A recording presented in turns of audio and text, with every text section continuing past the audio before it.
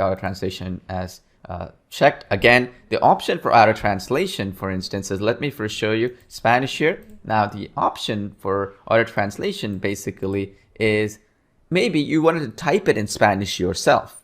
So if you wanted to type it in, maybe you don't want to use the translation engine. So at that point, you can just remove this auto translation and type in that text yourself. But I'm just going to put auto translation because it's much faster and simpler. So I'll click update. And then now watch what happens.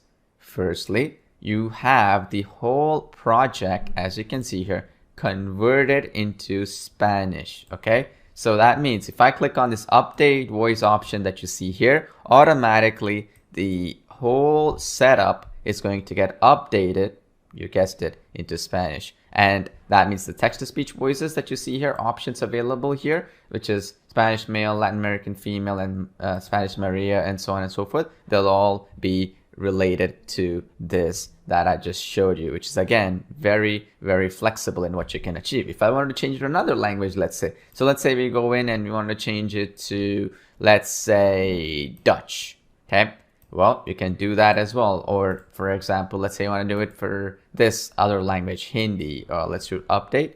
And then automatically you see that it converted that text into some other text. And then again, you put update voice and automatically it's going to update the text-to-speech voiceover in it. Now, the other thing that I recommend to do when a translation like this occurs, obviously you'd want to change the text. So you would go in and you could change this text right away by clicking on that text and clicking on this edit text, and then you can change that to your language. So you can type it into whatever language you wanted to put, even if it is special characters and so on and so forth. Okay. So that's another great benefit that you have here to get more flexibility to you. Now, if you want to go back and change it back to English, for example, all you have to do is click on the language option right here and then change it back to English and you should be good to go. So let me go put English, right? I don't need auto translation for English because I already have the text there, and then you are done. Okay. So that is the idea here. And again, you can go back and change all the text-to-speech voices that are available here. So that is the best way to use the text-to-speech engine. So to summarize, we have the text-to-speech engine, which has over 60 plus languages and over 150 plus voices in these languages.